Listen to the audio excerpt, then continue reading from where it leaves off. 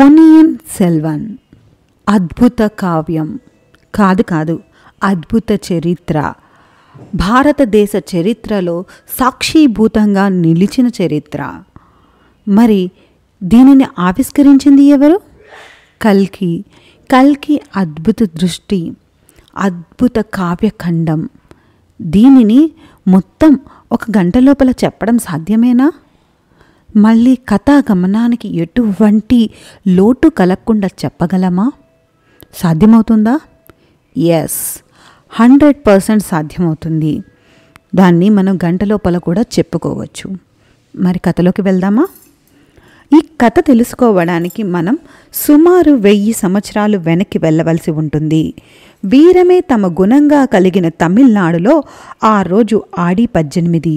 వీరనారాయణపురం కావేరీ నది కొత్త నీటితో పొంగి పరవళ్ళు తొక్కుతూ ఉంది. అప్పుడు వల్లవరయన్ వంతిదేవన్ అనే యువకుడు కాంచీపురం నుండి తంజావూరుకు గుర్రం పైన పయనమైతూ వెళ్తూ ఉన్నాడు. విశాలంగా కొత్త వెలువతో పొంగి పొర్లుతున్న కావేరీ నదిని చూసి ఆశ్చర్యపడుతూ ఉన్నాడు. ఊరి జనాలు నదీ తీరం వెంబడి ఆడి 18 పండుగను కోలాహలంగా జరుపుకుంటూ ఉన్నారు. చోళ దేశ పడుచుల కళ్ళు ఆర్పకుండా చూస్తూ ఉన్నాడు వల్లవరయ్యన్. అప్పుడు దూరం నుండి చాలా పడవలు రావడం అతను చూశాడు. సరే, కథను తెలుసుకునే ముందు ఎవరు ఈ వల్లవరయ్యన్ వంతిదేవన్ అని తెలుసుకుందామా? కథలో ఇతని పాత్ర ఏమిటి? చలో, రమారమి 1000 సంవత్సరాల క్రిందట సుందర చోళుడు అనే చక్రవర్తి తమిళనాడును పాలించేవాడు. ఆయనకు 3 సంతానం. మొదటి కొడుకు పేరు ఆదిత్య కరికాలన్, 2వ సంతానం కూతురు, ఆమె పేరు కుందవీదేవి, 3వ సంతానం మన ముద్దుల పొన్నియిన్ సెల్వన్ ఆల్మొళివర్మ. ఆల్మొళివర్మను పొన్నియిన్ సెల్వన్ అని ఎందుకు పిలుస్తున్నారు? దీనికి ఒక కథ ఉంది, ఒక కారణం ఉంది. చిన్న వయస్సులో ఆల్మొళివర్మ సముద్రంలో పడిపోవడం జరిగింది. అప్పుడు నది నుండి కావేరీ మాతే వచ్చి కాపాడింది అని, పొన్ని అనగా బంగారము అని అర్థం. పొన్నియిన్ సెల్వన్ అంటే బంగారం లాంటి కావేరీ నది యొక్క కుమారుడు అన్న అర్థంతో ఈయనకు ఈ పేరు పెట్టారు. ఈయనే రాజరాజ చోళుడు. సుందర చోళుని తర్వాత రాజుగా ఆదిత్య కరికాలన్ చక్రవర్తి అవుతాడు అని ఆయనకే యువరాజు పట్టం కట్టారు. మరి యువరాజు ఆదిత్య కరికాలన్ ఉండగా ఆల్మొళివర్మ ఎలా రాజ్యాన్ని అధిష్ఠించాడు? ఏమన్నా కుట్రలు చేశాడా? అన్నను చంపాడా? లేక మరేమైనా చేశాడా? ఇవేమీ చెయ్యలేదు. న్యాయబద్ధంగానే ఆయన రాజ్యాన్ని పొందాడు. చలో, ఈ సంగతులన్నీ పక్కన పెడితే ఆదిత్య కరికాలన్కు యువరాజుగా పట్టాభిషేకం చేశారు. ఆదిత్య కరికాలన్ ప్రియ మిత్రుడే ఇప్పుడు గుర్రం మీద వస్తున్న మన వల్లవరయ్యన్ వంతిదేవన్. సరే, చోళ దేశంలో ఎటువంటి సమస్యలు లేవా అంటే కాదు అనే చెప్పాలి. ఎందుకంటే సుందర చోళ చక్రవర్తికి ఆరోగ్యం క్షీణించి వయస్సు మీద పడింది. ఈయన క్రింది అధికారులు పళవేటు అయ్యర్లు అనే రాజులు వీర సుందర చోళ చక్రవర్తిని తమ ఆధీనంలో ఉంచుకున్నారు. తంజావూరులో ఉంచారు. ఒక విధంగా చెప్పాలంటే ఇది ఖైదు వంటిదే. ఈ పరిస్థితుల్లో ఆదిత్య కరికాలన్ కాంచీపురంలో తన తాతగారి ఇంటి వద్దే ఉంటూ ఉన్నాడు. ఇప్పుడు ప్రస్తుతం మన యువ వీరుడు వల్లవరయ్యన్ వద్దకు వెళ్దాం. వీరాది వీరుడు సూరాది సూర్యుడు అయి యుద్ధంలో 24 గాయాలు పొందిన వీరాది వీరుడు పెదపలవేట అయ్యర్ వేంచేస్తున్నారహో పరాగ్ బహుపరాగ్ అన్న శబ్దం. ఎవరో పడవ నుండి దిగుతున్నారు. జనం అందరూ గుంపులుగా నిలబడి ఉన్నారు. ఇలా మాట్లాడుకుంటూ ఉన్నారు. ఈ వయస్సులో పలవేట అయ్యర్ ఎవరో చిన్న వయస్సు కలిగిన అమ్మాయిని వివాహం ఆడారు అని మాట్లాడుకుంటూ ఉన్నారు. మహావీరుడైన పెద్ద పలవేట అయ్యర్ అతన్ని కలిసి మాట్లాడాలి అన్న కోరిక కలిగింది. కానీ తంజావూరుకు వెళ్ళి తనకు అప్పచెప్పిన పని అంటే అతడికి ఇచ్చిన తాళ్లపత్ర సందేశాలు రెండింటినీ ఎవరిది వాళ్లకు అనగా ఒకటి తంజావూరుకు వెళ్ళి సుందరచోళ చక్రవర్తికి, మరొకటి పలయారైలో ఉన్న కుందవీదేవికి అందజేసేంత వరకు అతడు ఎవరు అన్న విషయం ఎవరికీ తెలియకూడదు. అంతేకాదు ఎటువంటి గొడవల్లో కూడా తాను దిగకూడదు అన్న ఆదిత్య కరికాలన్ మాటలు గుర్తుకు వచ్చి ఆగిపోయాడు. పెదపలవేట అయ్యర్ తన పరివారంతో బయలుదేరాడు. తంజావూరు వెళ్లే దారిలో జనాలు గుంపులు గుంపులుగా కూడి ఉన్నారు. ఆ గుంపులో ఒకడు గుండ్రంగా, బలంగా, దిట్టంగా, తలపై పిలక కలిగినవాడు. చేత ఒక బడిత కూడా ఉండందోయ్. వైష్ణవ నామాలు శరీరం పైన ధరించినవాడు అక్కడ గొడవ పడుతూ ఉన్నాడు. ఆ గుంపులో గట్టిగా శబ్దాలు వినపడుతున్నాయి. ఓయ్, అర్థమవుతుందా? మీ శివ పెరుమాళ కంటే మా పెరుమాళే అంటే మా విష్ణువే ఉన్నతమైన దైవం. బాగా అర్థం చేసుకో. మీ శివుడు ఎక్కడ రక్షిస్తాడయ్యా అని పెద్దగా గొడవ పడుతూ రంకెలేస్తూ ఉన్నాడు. ఇదంతా చూసిన మన వల్లవరయ్యన్, అయ్యా, శివుడు విష్ణువు ఒకటే. నమ్మిన వాళ్లకు మిన్ను, నమ్మని వాళ్ల నోట్లో మన్ను అంటూ ఈ గొడవకు సర్ది చెబుతూ ఉన్నాడు. ఈ లోపల పెదపలవేట అయ్యర్ పరివారం రాసాగింది. వారితో పాటు ఒక పల్లకీ వచ్చింది. ఆ పల్లకిలో అందమైన అమ్మాయి ముఖం కొద్దిగా కనిపించసాగింది. ఆ ముఖం ఆళ్వార్ కట్యాన్ని చూడగానే తెరలో మూసుకుంది. మన వల్లవరయ్యన్ ఎలా 2 తాళ్లపత్ర సందేశాలు తీసుకొని వచ్చాడో అలాగే ఆళ్వార్ కట్యాన్ దగ్గర కూడా ఒక తాళ్లపత్ర సందేశం ఉంది. దాన్ని ఆమెకి ఇవ్వడానికి ప్రయత్నించాడు, కానీ అది ఇవ్వలేకపోయాడు. పలవేట అయ్యర్ మరియు ఆ పల్లకిలోని అమ్మాయి వెళ్ళిపోయారు. ఈ లోపల అక్కడ ఉన్న అమ్మాయి నందిని పాండ్య దేశంలో యుద్ధం ముగించుకొని వస్తున్న దారిలో ఆ అమ్మాయిని చూశాడు పెద్దపలవేట అయ్యర్. ఆమె అందానికి, ఆమె మోహపు వలలో చిక్కుకొని ఆమెను పెళ్లాడాడు. ఆ తర్వాత వల్లవరయ్యన్ ప్రయాణం సాగించాడు. తంజావూరుకు వెళ్లే మార్గంలో తన స్నేహితుడు గంధమారన్ ఉంటే కడంబూరు మాలిగకు వెళ్ళాడు. అక్కడ ఆ రాత్రి బస చేసి పొద్దున్నే తిరిగి ప్రయాణం చేద్దాం అనుకున్నాడు. అప్పుడు ఆళ్వార్ కట్యాన్, నీవు వెళ్ళే ఆ కడంబూరు మాలిగకే ఆ పల్లకి కూడా వెళ్తుంది. ఈ తాళ్లపత్ర సందేశాన్ని కాస్త ఆ అమ్మాయికి అందచేయొద్దు అన్నట్లు కోరాడు. అమ్మాయిలు కడవడమా? అమ్మో, ఆపదలను కొన్ని తెచ్చుకోవడం కుదరదు అని చెప్పాడు వల్లవరయ్యన్. తన గుర్రం ఎక్కి వేగంగా కడంబూరికి బయలుదేరారు. కడంబూర్ మాలిగలో వల్లవరయ్యన్ స్నేహితుడు గంధమారన్ తన మిత్రుడికి స్వాగతం పలికి లోనికి తీసుకువెళ్ళాడు. లోపల చూస్తే గంధమారన్, అతని తండ్రి శంభువయ్యర్, పెదపలవేట అయ్యర్ ఉన్నారు. ఆ రోజు సాయంత్రం గంధమారన్ వల్లవరయ్యన్ కురవై కూత్తు ఆట చూసి ఆ మాలిగలో నిద్రకు ఉపక్రమించారు. బాగా నిద్రలోకి జారుకున్న వల్లవరయ్యన్ అకస్మాత్తుగా ఒక కల వచ్చింది. నిద్ర నుండి మేల్కొని ఏమిటా శబ్దం అని వెళ్ళి చూశాడు. అలా వెళ్ళి చూడగా పెదపలవేట అయ్యర్, శంభువయ్యర్ ఇంకా కొంతమంది సామంత రాజులు అక్కడ అందరూ కలిసి ఏదో ఒక రహస్య సమావేశం జరుపుకుంటూ ఉన్నారు. ఇది వల్లవరయ్యన్ చాటుగా వింటూ ఉన్నాడు. ఇంకో పక్క మన ఆళ్వార్ కట్యాన్ నంబి వింటున్నాడు. అర్రర్రరే, ఈ పిలక బ్రాహ్మడు ఆళ్వార్ కట్యాన్ ఇక్కడికి ఎలా వచ్చాడు అనుకుంటూ ఉన్నాడు. అదే సమయంలో ఆళ్వార్ కట్యాన్ అంటే మరి ఎక్కడైనా వచ్చి చేరతాడు. సరే, మరి ఈ అర్ధరాత్రి సమావేశంలో ఏం రహస్యం మాట్లాడుకుంటున్నారు మరి అంటే, చక్రవర్తి సుందర చోళుని ఆరోగ్య పరిస్థితి పూర్తిగా క్షీణిస్తుంది. దేశంలో తోకచుక్క కనిపిస్తుంది. ఒకవేళ జరగరానిది ఏమైనా జరిగితే మరి తదుపరి చక్రవర్తి ఎవరు? ఆయన కొడుకు ఆదిత్య కరికాలన్ రాజు అవ్వడానికి వీలు లేదు. యువరాజు మధురాంతకుడికి పట్టం కట్టాలి అని అందరూ సామంత రాజులు కలిసి నిర్ణయించుకున్నారు. ఎవరు ఈ మధురాంతకుడు అంటారా? మధురాంతకుడు మన పొన్నియిన్ సెల్వన్కు చిన్నాన్న వరుస. అతనికి చిన్న వయస్సు వల్ల అప్పట్లో రాజ్య పట్టాభిషేకం చేయించుకోలేకపోయాడు. ఓరోరే, ఎంత అన్యాయం! నా యజమానికి విరుద్ధంగా ఇలా కుట్రలు పన్నుతున్నారా అనుకున్నాడు వల్లవరయ్యన్. ఆశ్చర్యపోతున్న వల్లవరయ్యన్కు ఇంకో వింత ఆశ్చర్యం కూడా కాచుకొని ఉంది. ఏంటంటారా? అదే పెద్ద పలవేట అయ్యర్ పల్లకీలో వచ్చింది నందిని కాదు, మధురాంతకుడు. మరుసటి రోజు స్నేహితుడు గంధమారనుకు చెప్పి పడవ ఎక్కి మరో గట్టు చేరి అక్కడ నుండి తంజావూరుకు పయనాన్ని సాగిద్దాం అనుకున్నాడు వల్లవరయ్యన్. అక్కడ ఒక లావుపాటి వ్యక్తి పడవని ఎక్కడానికి పరిగెత్తుకుంటూ వస్తున్నాడు. రై హోయ్, ఆపండోయ్, ఆపండి, నన్ను రానివ్వండోయ్ అంటూ పరిగెత్తుకుంటూ వస్తున్నారు. ఇంకెవరు? మన ఆళ్వార్ కట్టియానే.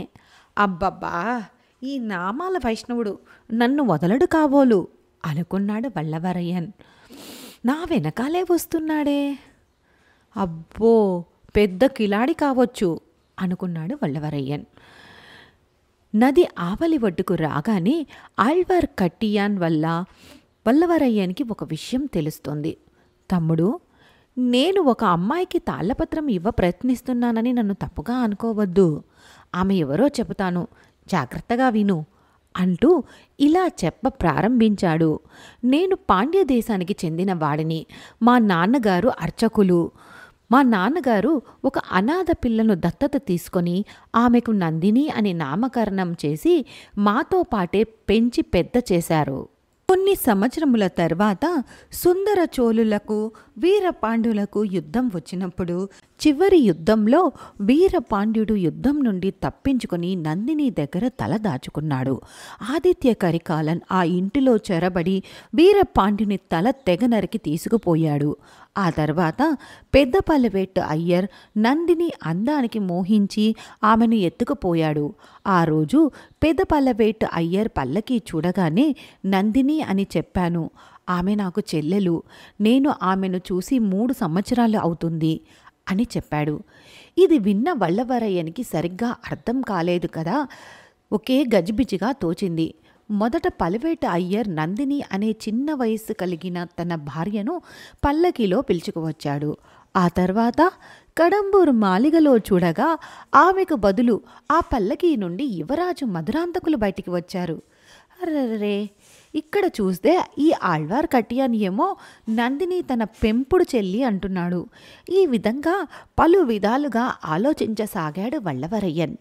అదే సమయంలో ఆళ్వార్ కట్టియాన్, నీవు తంజావూరుకు వెళ్లే దారిలో కుడందై జ్యోతిష్యులు ఉన్నారు, ఆయన్ను కలిసి వెళ్ళమని సలహా ఇచ్చాడు. సరే కలిసే వెళ్దాం కదా అని నిర్ణయించుకున్నాడు వల్లవరయ్యన్. తన గుర్రంతో బయలుదేరాడు వల్లవరయ్యన్. అతను అలా బయలుదేరగానే పాండ్యనాడు ఆపత్కాల రక్షకులు ఇద్దరిని చూశాడు. వారిని రహస్యంగా వెంబడించి వెళ్ళాడు. ఇదే సమయంలో కుడందై జ్యోతిష్యుల ఇంట యువరా కుమారి కుందవి, ఆమె చెలికత్తె వానతి కలవడానికి వచ్చారు. అప్పుడు జ్యోతిష్యులు చక్రవర్తి సుందర చోళుడికి ఒక గండం ఉంది అని చెప్పారు. ఈ లోపల యువరా కుమారికి కాబోయే వరుడు ఎవరా అని అనుకునే అదే సమయాన తలుపులు డబేలమని తెరుచుకొని ఒక యువ వీరుడు లోపలికి ప్రవేశించాడు. అతను ఎవరనుకుంటున్నారు? ఇంకెవరు, మన వల్లవరయ్యనే. ఎవరు ఈ మొరటబ్బాయి అని కుందవై వానతి చూసి అక్కడి నుండి బయలుదేరి వెళ్ళిపోయారు. మనం ఇక్కడ ఒక విషయం గమనించవచ్చు.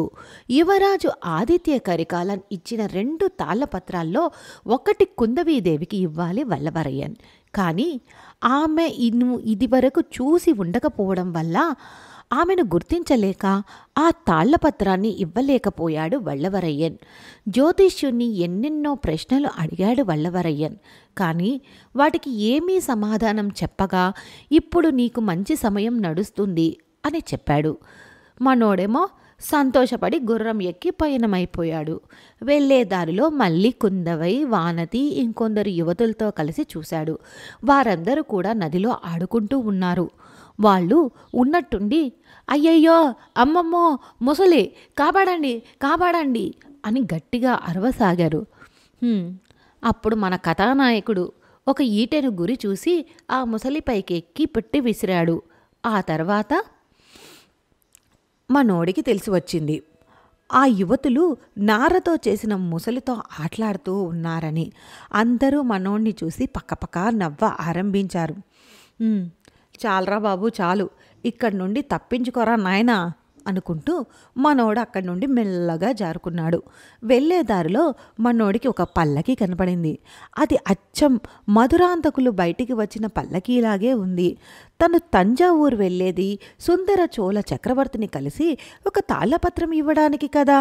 ఎలాగైనా సరే మధురాంతకుడితో మాట్లాడి తంజావూరు మాలిగలోకి ప్రవేశించే దారి చూసుకోవాలి అని నిర్ణయించుకున్నాడు. వెంటనే ఒక ఉపాయం పన్నాడు. తన గుర్రంతో వెనుకనున్న పల్లకీ బోయల్ని గుద్దాడు.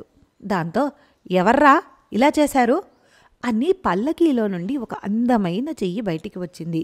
ఆ తర్వాత ఆ పల్లకీలో చూస్తే ఇంకేముంది, నందిని ఉంది. ఆశ్చర్యంతో అలాగే బిగుసుకుపోయాడు.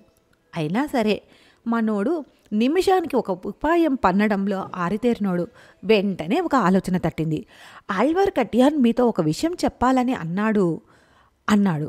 వెంటనే నందిని తన చేతిలో ఉన్న పలవేట అయ్యర్ల తాటి చెట్టు చిహ్నం కలిగిన ఒక ఉంగరాన్ని ఇచ్చింది. దీన్ని చూపిస్తే అంతఃపురంలోనికి రాణిస్తారు, వచ్చి నన్ను కలవమని చెప్పింది. ఆ తర్వాత పల్లకీలో వెళ్ళిపోయింది. వల్లవరయ్యన్ కూడా బయలుదేరి తంజావూరుకు చేరుకున్నాడు. సాయంకాలం అయినందున కోట తలుపులు మూసివేశారు. ఆ గుంపులో సెందన్ అముదన్ అనే ఒక యువకుడు పరిచయమయ్యాడు. ఆయన గుడిలో పుష్ప కైంకర్యం చేసుకునేవాడు. ఆయనతో స్నేహం చేసి వారింట విడిది చేశాడు వల్లవరయ్యన్.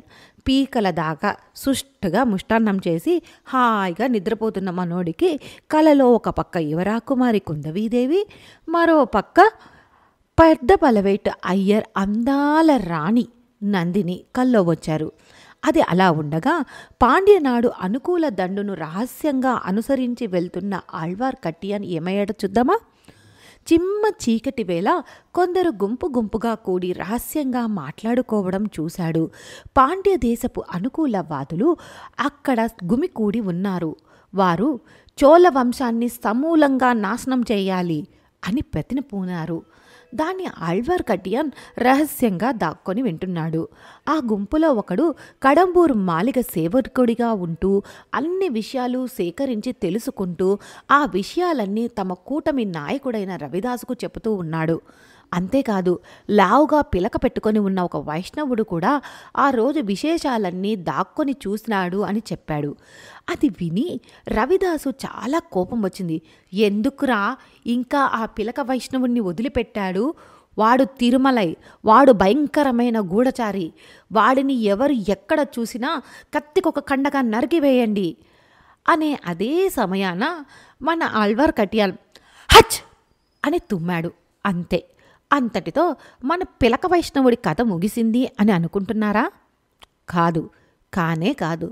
అలా జరగడానికి మనోడేం తక్కువగాడు కాదు. జగద్ కిలాడి. వాళ్ళ కళ్ళల్లో మట్టి కొట్టి తప్పించుకున్నాడు. కొంతకాలం చక్రవర్తి సుందర చోళుడు అనారోగ్యంతో పడకకే పరిమితమై ఉన్నారు. కాబట్టి పెద్ద పలవేట అయ్యర్లదే పెత్తనం అంతా. వారు చెప్పిందే శాసనం. ఎవ్వరు చక్రవర్తిని చూడాలన్నా వీరి అనుమతి తప్పనిసరి. ఇలాంటి పరిస్థితుల్లో వల్లవరయ్యన్ సెందన్ అముదన్ ఇంటి నుండి తంజావూరు కోటకు బయలుదేరాడు.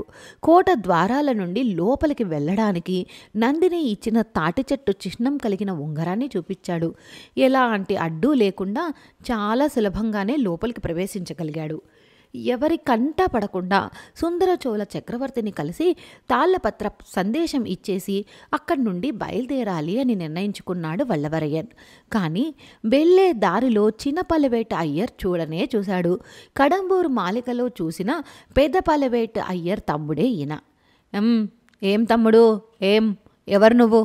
ఎక్కడి నుండి వస్తున్నావు? ఏంటి సంగతి అని ప్రశ్నించగా, నేను కంచి నుండి వస్తున్నాను. నేను ఒక తాళ్లపత్రాన్ని తీసుకువచ్చాను. దాన్ని చక్రవర్తికి ఇవ్వడానికే వచ్చాను అన్నాడు.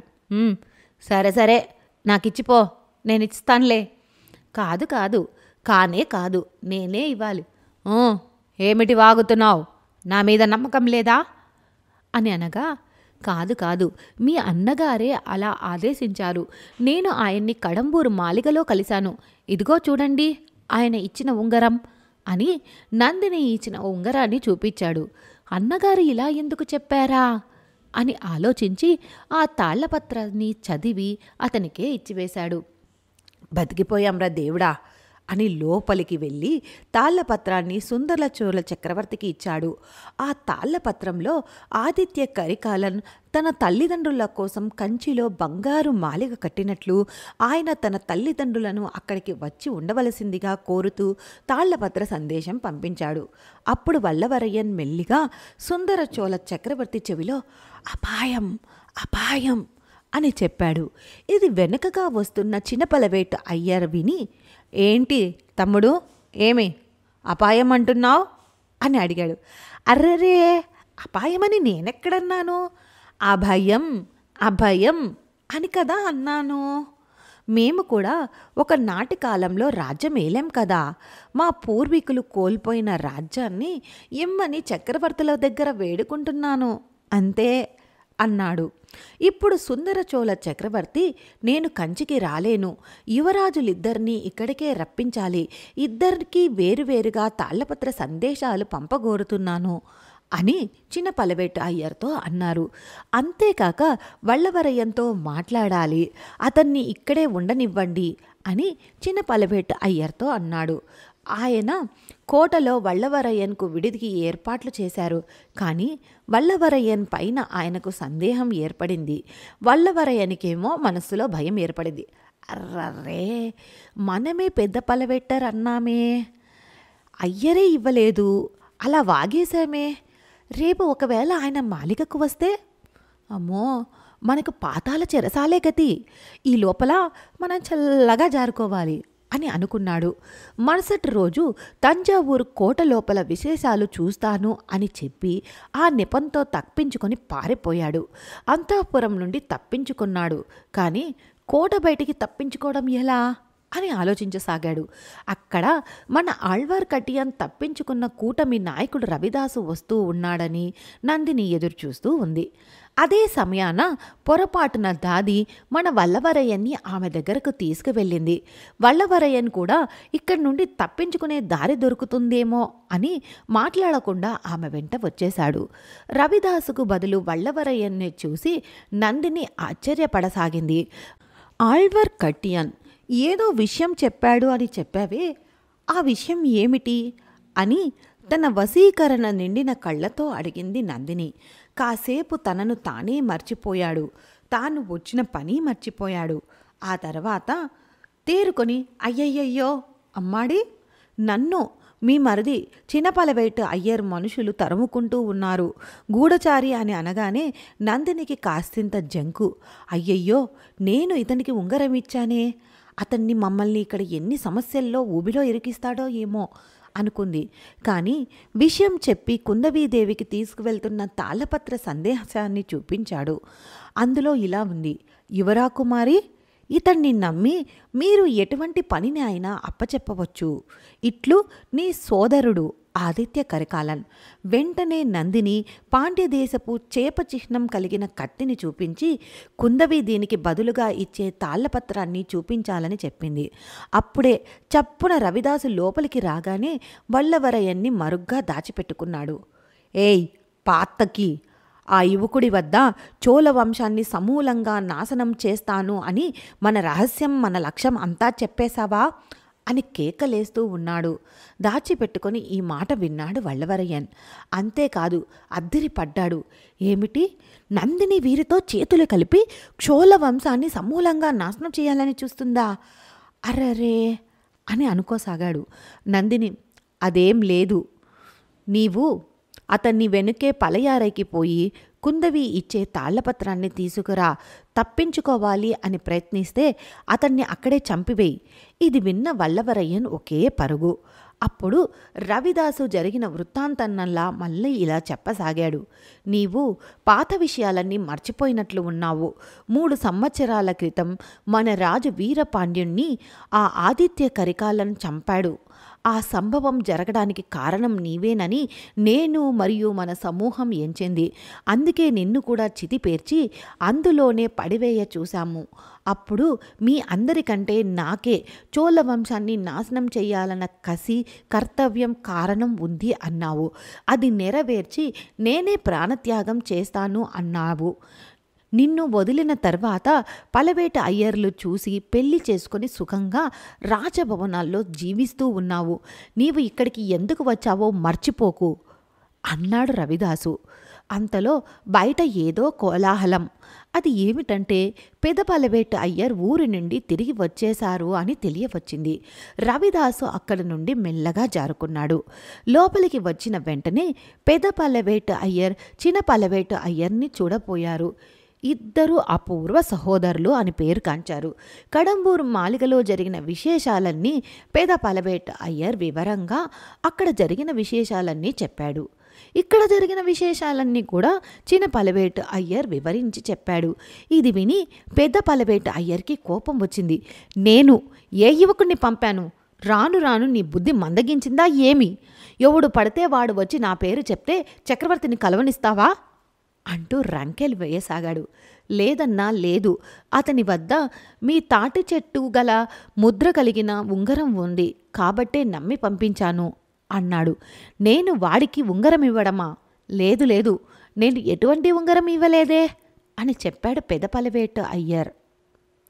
అప్పుడు చిన్నపలవేట అయ్యర్, ఇదిగో నువ్వు తెచ్చి ఇంట్లో పెట్టుకున్నావే ఒక విషసర్పం, ఆ విషసర్పం ఇచ్చిందేమో అని సందేహం వ్యక్తం చేశాడు చిన్నపలవేట అయ్యర్.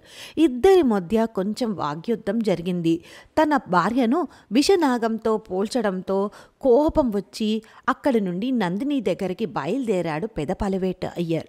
ఎంతో కోపంతో వస్తూ ఉన్నాడు పలవేట అయ్యర్. ఏదో జరిగి ఉందని ఊహించి నందిని ముందుగానే ముఖం తిప్పుకొని అలకపోని కూర్చుంది. పెదపలవేట అయ్యర్కు బతిమలాడవలసిన పరిస్థితి ఏర్పడింది. నాదా, నేను మీ పైన కినకబూని ఉన్నాను. మీరు ఊరికి పోయి 4 దినాలవుతుంది. మిమ్మల్ని చూడాలనే ఆశతో ఉన్న నా దగ్గరికి రాకుండా మీరు మీ తమ్ముడి దగ్గరికి వెళ్తారా? నాదా, మీకు అర్థమవుతుందా అనగానే పెదపలవేట అయ్యర్ స్థానువులా నిలబడిపోయాడు. ఒక్క క్షణం తర్వాత, ఓ నా ప్రియసఖి, నీవు చెప్పినట్లే కదా నడుచుకుంటూ ఉన్నాను. మధురాంతకుణ్ణి పల్లకి ద్వారా లోపలికి తీసుకువచ్చాను కదా, అందుకే అంతటి ఆలస్యం అయ్యింది.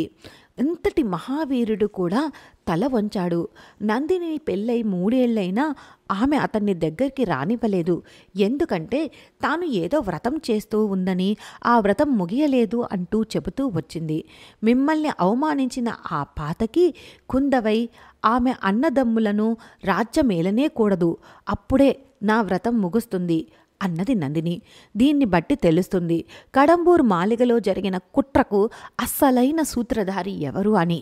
ఇది ఇలా ఉండగా మన వల్లభరయ్యన్ ఒక చీకటి మాలిగలో ప్రవేశించి దానిలోని సొరంగ మార్గం గుండా ఖజానా ఉన్న గదికి చేరుకున్నాడు. అక్కడ గంధమారన్ మరియు ఒక సేవకుడు యువరాజు మధురాంతకుణ్ణి ఒక కాకడా పట్టుకొని పిలుచుకురావడం చూశాడు. మరోపక్క నందిని పెదపలవేట అయ్యర్ వచ్చి మధురాంతకుణ్ణి పిలుచుకుపోయారు. ఇక్కడ ఏం జరుగుతుందా అని ఆలోచించసాగాడు వల్లవరయ్యన్. గంధమారన్ తిరిగి వెళ్ళేటప్పుడు పెదపలవేట అయ్యర్ తన కాపలావాడితో ఏదో సైగ చేసి చెబుతూ ఉన్నాడు. వాడు తల ఊపి బయలుదేరాడు. దారి వెనుకే వెళితే బయట పడవచ్చు అని వల్లవరయ్యన్ కూడా బయలుదేరాడు. బయట ద్వారం దగ్గరికి రాగానే ఆ కాపలావాడు గంధమారన్ని వీపుతో కత్తితో వెన్నుపోటు పొడిచాడు. దీన్ని చూసి ఆశ్చర్యపడ్డ వల్లవరయ్యన్ వాడిని చంపివేసి గంధమారన్ని భుజాన వేసుకొని సెందన్ అముదన్ ఇంట వైద్యం చేయించాడు. కానీ గంధమారన్ వల్లవరయ్యనే ద్రోహిగా ఎంచాడు. సెందన్ అముదన్ తోటలో పలవేట అయ్యర్ మొత్తం మనుషులు పాడు చేశారు. సెందన్ అముదన్ తోడు తీసుకొని పలయారైకి బయలుదేరాడు వల్లవరయ్యన్. వల్లవరయ్యనికి ఇక్కడ ఒక పెద్ద ఆపదే కాచుకొని కూర్చొని ఉంది. అది ఏమనగా, కాంచీపురం నుండి వచ్చిన ఒక గూఢచారి ఒక మనిషిని హత్యా ప్రయత్నం చేసి పారిపోతున్నాడు. కోట నుండి తప్పించుకొని శంభువయ్యర్ కుమారుడైన గంధమారన్ని హత్య చేసి పారిపోతున్నాడహో అన్న దండోరా. వాడిని పట్టించిన వారికి బహుమతి ఇవ్వబడును, ఇది పలవేట అయ్యర్ల ఆజ్ఞ అన్న దండోరా. సరే సరే, సమయాన మన యువరాజు ఆదిత్య కరికాలన్ ఏం చేస్తున్నాడు చూద్దామా పదండి. నేను పంపిన దూతకు గూఢచారి అని ముద్ర వేస్తారా అతన్ని పట్టించిన వారికి బహుమానాలిస్తారా? ఈ పలవేట అయ్యర్లు అంటూ యువరాజు కోపంతో విగిపోతూ ఉన్నాడు. ఆయనతో పాటు ఆయన తాతగారు మలైమాన్, ఆయన స్నేహితుడు పార్థిబేంద్ర పల్లవుడు ఉన్నారు. మలైమాన్ కడంబూరు మాలిగలో జరిగిన విశేషాలన్నీ తెలుసుకొని వారికి చెబుతూ ఉన్నాడు. యువరాజు పట్టం కట్టిన నేను ఇక్కడ ఉండగా మరి ఎవరికో పట్టాభిషేకం చేయిస్తారా? పలవేటు అయ్యర్లు అంటూ గర్దించాడు కరికాలన్. కానీ ఈ పరిస్థితుల్లో పలవేటు అయ్యర్లను ఎదిరించి యుద్ధం చేయలేదు. అందుకు కారణం కూడా ఉంది. తండ్రి మీదికి దండెత్తి వస్తూ ఉన్నాడు అన్న చెడ్డ పేరు పలవేటు అయ్యర్లు జనాలలో ప్రచారం సాగిస్తారు అని మలైమాన్ చెప్పాడు. ఆ తర్వాత ఆదిత్య కరికాలన్ పార్థిబేంద్రుడు ఒక పాత పాణ్యమాలికకు వచ్చారు. పార్థిబేంద్రుడు, యువరాజా, మీ మనస్సులో ఏదో ఒక పాత విషయం బాధిస్తూ ఉంది అని తెలుస్తుంది. నందిని, పలవేట అయ్యర్ల పేరు వినగానే మీ వదనంలో మార్పు వస్తుంది. అయ్యా, దయచేసి నాతో చెప్పండి అని అడిగాడు పార్థిబేంద్ర. నా మనసులో ఎవరు ఉన్నారు అని అనుకుంటున్నావు? నా తల్లిదండ్రులు అనుకుంటున్నావా? కాదు. నాతో తోడ పుట్టిన సోదరులు సోదరి అనుకుంటున్నావా? కాదు. నా స్నేహితులు అనుకుంటున్నావా? కానే కాదు. ఆ పాతకి నందిని అన్నాడు. ఇది విన్న పార్థిబేంద్రుడికి ఒకంత ఆశ్చర్యం కలిగింది. అప్పుడు ఆదిత్య కరికాలన్ జరిగిన కథను ఇలా చెప్ప ప్రారంభించాడు. చాలా సంవత్సరముల క్రితం నందిని పెంపుడు తల్లిదండ్రులు సెంబియన్ మహాదేవిని చూడ్డానికి వచ్చారు. అక్కడ రాజకుటుంబ బాలబాలికలైన కుందవి, ఆదిత్య కరికాలన్, ఆల్మలితో పాటు నందిని కూడా పెరగసాగింది. ఆదిత్య కరికాలన్కు 12 సంవత్సరముల వయస్సులో తండ్రి సుందరచోళుడితో కలిసి పాండ్యరాజులతో యుద్ధానికి బయలుదేరి వెళ్ళాడు. 2 సంవత్సరముల తర్వాత తిరిగి వచ్చిన ఆదిత్య కరికాలన్ మీద అందరూ పూల వర్షం కురిపించారు. వారిని ఎంతో ప్రేమగా, మృదువుగా ఒక్క స్త్రీ మట్టుకు పువ్వు విసిరింది. వారెవరనుకుంటున్నారా? మరెవరో కాదు, చిరుప్రాయపు నందిన్నే. వీరిద్దరి మధ్య ప్రేమ చిగురించసాగింది. ఇది ఏమాత్రం నచ్చని కుందవి తన నానమ్మ సెంబియన్ మహాదేవితో చెప్పింది. అప్పుడు ఆమె నందినిని తన తల్లిదండ్రుల దగ్గరికే పంపించి వేసింది. కొద్ది సంవత్సరముల తర్వాత మళ్ళీ పాండ్యులతో యుద్ధం వచ్చింది. ఆదిత్య కరికాలన్ వీరపాండ్యుణ్ణి వెతుక్కుంటూ వెళ్ళాడు.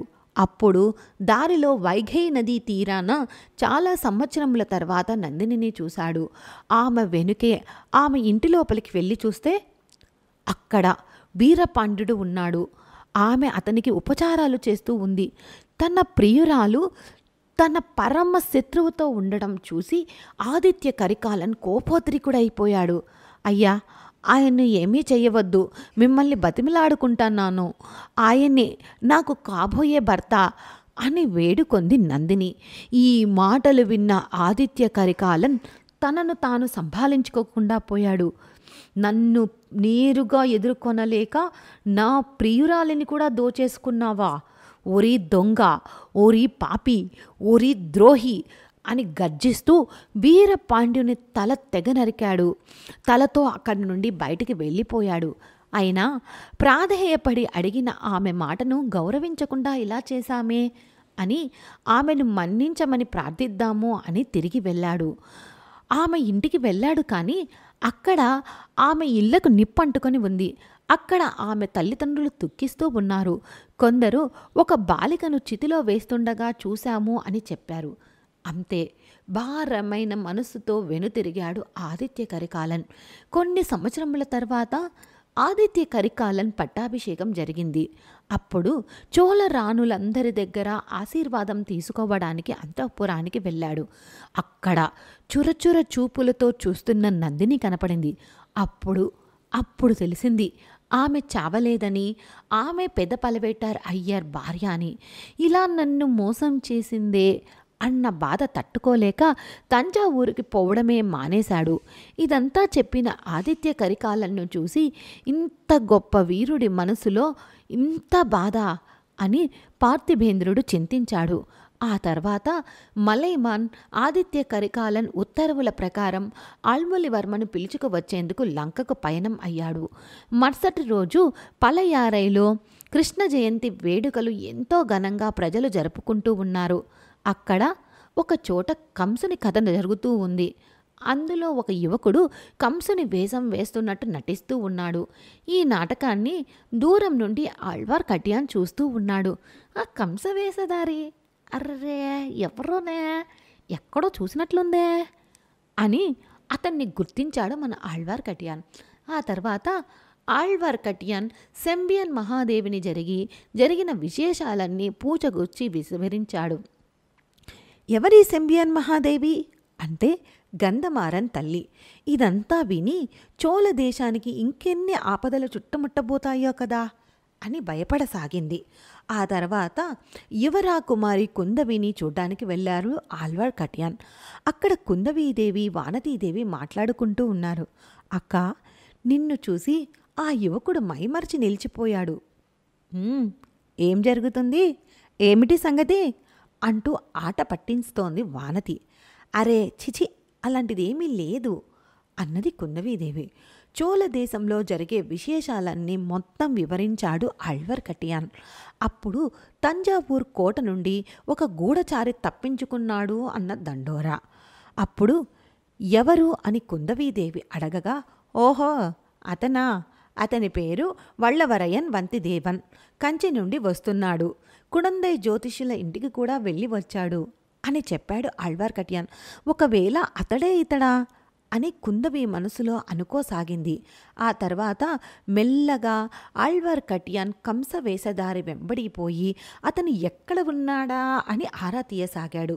ఇక్కడ అందరి గురించి తెలుస్తుంది, కానీ ఆళ్వార్ కట్యాన్ ఎవరు, ఎవరి కోసం పనిచేస్తున్నాడు అన్న విషయం మనకు అర్థం కాని ప్రశ్న. ఇది మనకు త్వరలోనే తెలుస్తుంది. మొత్తానికి కనిపెట్టేశాడు. వళ్ళవరయ్యన్ ఎలాగో అలాగా కుందవీదేవిని కలిశాడు. వీరు ఏం మాట్లాడుకుంటున్నారా అని చెట్టు చాట నుండి వినసాగాడు ఆళ్వార్ కట్యాన్. వళ్ళవరయ్యన్ కుందవి ఒకరినొకరు కళ్ళతో చూసుకున్నారు. ప్రేమ లోకంలో విహరించసాగారు. మళ్ళీ అదే దండోరా. అయ్యయ్యయ్యో, ఈ సమయాన వీళ్ళొకళ్ళు అనుకుంటూ వళ్ళవరయ్యన్ అటు చూశాడు. ఆ తర్వాత ఆదిత్య కరికాలన్ ఇచ్చిన తాళ్లపత్రాన్ని కుందవీదేవికి ఇచ్చాడు. చదివిన తర్వాత కుందవీదేవి, అయ్యా, మీ పని ఇంకా ముగియలేదు, ఇప్పుడే మొదలవుతుంది అనింది. అదేమిటంటే లంకకు పోయి తన తమ్ముడు పొనియన్ సెల్వన్ని పిలుచుకురమ్మని చెప్పింది. ఆహా, ఈ సమయాన ఒక పక్క పలవేటి అయ్యర్లు మనల్ని గూఢచారి అని వెతుకుతున్నారే, ఇంకా గంధమారనేమో మిత్రదోహి అంటున్నాడు, ఒక పక్క రవిదాసు ఏకంగా నన్ను చంపడానికే చూస్తున్నాడు. ఈ ఆళ్వార్ కట్యాన్ ఎవరు, ఇతను మనల్ని ఎందుకు వెంబడిస్తున్నాడు, అస్సలు తెలియడం లేదు. ఇలాంటి సమయంలో లంకకు పోవడమా, యువరాజును పిలుచుకొని రావడమా అని ఆలోచించసాగాడు. యువరాణి కోసం ఏమి చేయినా చేయవచ్చు అని తయారయ్యాడు వళ్ళవరయ్యన్. ఇదంతా విన్న ఆళ్వార్ కట్యాన్ కూడా లంకకు బయలుదేరాడు. కుందవీదేవి ఒక ఆలోచన చేశారు. సుందర చోళ చక్రవర్తి అనారోగ్యం బాగు చేయడానికి ఒక మూలిక కావాలని, ఆ మూలిక కోసం వళ్ళవరయ్యన్ను లంకకు పంపిస్తున్నట్లు అతనితో పాటు ఒక వైద్య కుమారుణ్ణి కూడా పంపించారు. అతని పేరు పినాకపాణి. ఇద్దరూ కలిసి లంకకు పయనం అయ్యారు. వేషం వేసి వస్తున్న వళ్ళవరయ్యను సందేహించాడు పినాకపాణి. అయ్యా, నిన్ను చూస్తే నాకెందుకో వైద్యుడు అనిపించలేదు అని అన్నాడు. అవునా, నాకు కూడా అదే అనిపిస్తుంది, నిన్ను చూస్తే కూడా నాకు అలా అనిపించడం లేదే అన్నాడు వళ్ళవరయ్యన్. ఇద్దరూ కోడిక్కరై చేరుకున్నాడు. అక్కడ వైద్య కుమారుడు దారి తప్పాడు. వళ్ళవరయ్యన్కు పూంగులి అనే పడవ నడిపే పిల్లతో పరిచయమయ్యింది. ఈమె మరెవరో కాదండోయ్, సెంజియన్ అముదన్ యొక్క మేనమామ కూతురు. ఆమె వెనుకే వెళ్తున్నప్పుడు ఒక బురద గుంటలో చిక్కుకుపోయాడు. కొంచెం కొంచెం కొంచెం లోపలికి కూరుకుపోసాగాడు. పూంగులి అతన్ని రక్షించింది. మరుసటి దినం పలవేట్ అయ్యర్ మనుషులు వళ్ళవరయ్యన్ను వెతుక్కుంటూ కోడిక్కరై వచ్చాడు. ఇక్కడ మన వైద్య కుమారుడు వల్లవరయ్యను గురించి మొత్తం వారికి చెప్పి పట్టించ చూశాడు. వల్లవరయ్యను దాచిపెట్టి మళ్ళీ అతని ప్రాణం కాపాడింది పూంగులి. ఆ రాత్రి అలల తీవ్రత ఎక్కువగా ఉన్నా భద్రంగా వల్లవరయ్యని లంకలో చేర్చింది పూంగులి. ఆ రోజు మన పొన్నియిన్ సెల్వన్ ఎక్కడ ఉన్నాడో తెలుసుకోవడానికి వాళ్ళు ఒక దివిలో దిగారు. అక్కడ పూంగులి అత్త మందాకిని చూశారు. ఈమె ఒక మూగవనిత. ఈమె ఒక గుహ మొత్తం ఆళ్మొళివర్మ చిత్రాలు అందంగా చిత్రించింది. ఆమె దగ్గర విషయం తెలుసుకోవడానికే పూంగులి అక్కడ ఆగింది. ఇప్పుడు మనకు ఆళ్వార్కట్టియాన్ ఎవరో తెలుస్తుంది. పదండి కథలోకి. తాను చూసి తెలుసుకున్న ప్రతి విషయాన్ని తన గురువు అనిరుద్ధ బ్రహ్మరాయలకు వివరించి చెప్పాడు. అనిరుద్ధ బ్రహ్మరాయలు చోళ దేశ మహామంత్రి మరియు సుందర చోళ చక్రవర్తి ప్రాణ స్నేహితుడు. ఈయన కిందే మన ఆళ్వార్కట్టియాన్ గూఢచారిగా పనిచేస్తూ ఉన్నాడు. ఈయన ఉత్తర్వుల ప్రకారమే ఆళ్మొళిని కలవడానికి లంకకు వెళ్తూ ఉన్నాడు. ఇది మాత్రమే కాక రవిదాసు అతని అనుచరులు కూడా ఆళ్మొళిని చంపడానికి లంకకు వచ్చేశారు.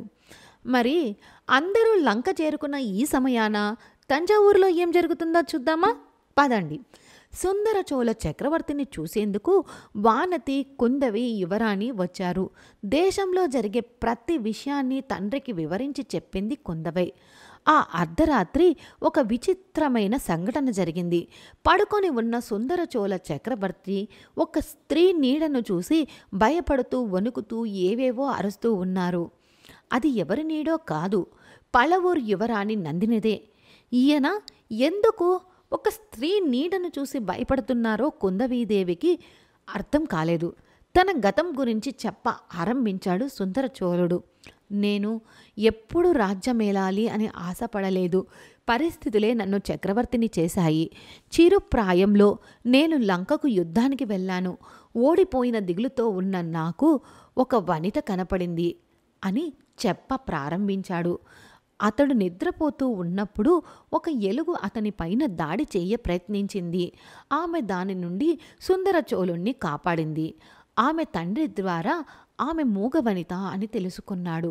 ఆ తర్వాత ఆమెను గాంధర్వ విధిన వివాహం చేసుకొని హాయిగా చిలక గోరింకల్లాగా జీవించ ప్రారంభించారు. ఆ తర్వాత చోళ దేశం నుండి పడవలో వచ్చిన మనుషులు మీరే తరువాత రాజు కావాలి అని బలవంతంగా ఆయన్ను పిలుచుకుపోయారు. నందినికి మూగవనితకు సంబంధం ఏమిటి? ఆమె నీడను చూసి ఈయన ఎందుకు భయపడుతున్నారు? పూంగులి ఈమెకు గల సంబంధం ఏమిటి? ఇలా అన్ని విశేషాలని మనం తెలుసుకోవాల్సి ఉంటుంది. అప్పుడు సుందర చోళుడు తన ప్రేయసిని వదలలేక వదిలి వచ్చేశాడు. అతన్ని చూడగానే ఆ మూగవనిత వచ్చేసింది. అదే సమయంలో సుందర చోళుడికి యువరాజ పట్టాభిషేకం జరుగుతుంది. అది చూసి ఆమె అక్కడి నుండి వెళ్ళిపోయింది. ఆమెకు అక్కడ సుందర చోళుడు చూశాడు. ఇప్పుడు మనం ఇక్కడ గమనించవలసిన విశేషాలు కొన్ని ఉన్నవి. 1. నందినికి మూగవనితకు సంబంధం ఏమిటి?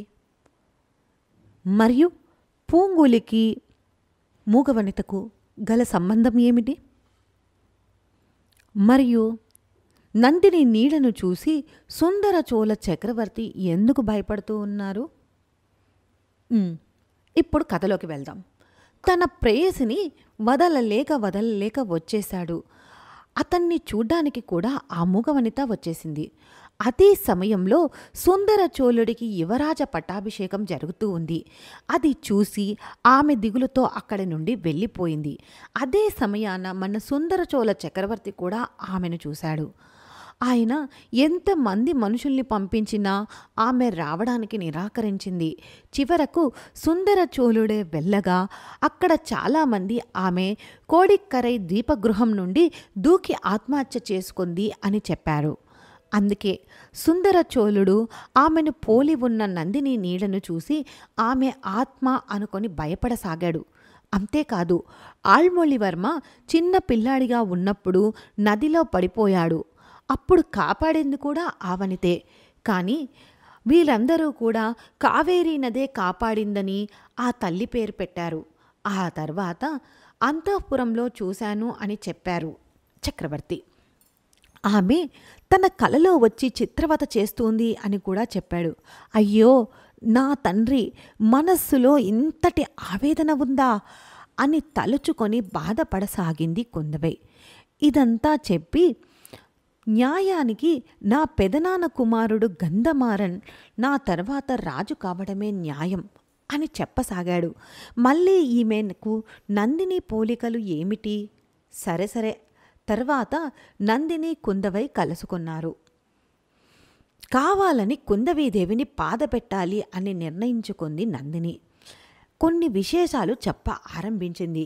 కాంచీపురం నుండి తంజావూరుకు ఒక గూఢచారి వచ్చాడు కదా, అతడు తన స్నేహితుడు పొరపాటున పొడిచి పారిపోయాడనుకుందామా, లేక కుట్రతో పొడిచాడనుకుంటామా అని వల్లవరయ్యన్ గురించి తప్పుగా మాట్లాడసాగింది. ఆయన ప్రియురాలైన కుందవి మనస్సు గాయపరచసాగింది. ఈ లోపల బయట నుండి ఒక దండోరా, గూఢచారి పట్టుబడ్డాడహో అని. కుందవీదేవి మనస్సు గిలగిలా కొట్టుకోసాగింది. పరిగెత్తి వెళ్ళి చూస్తే పినాకపాని ఖైదు చేసి తీసుకువస్తున్నారు.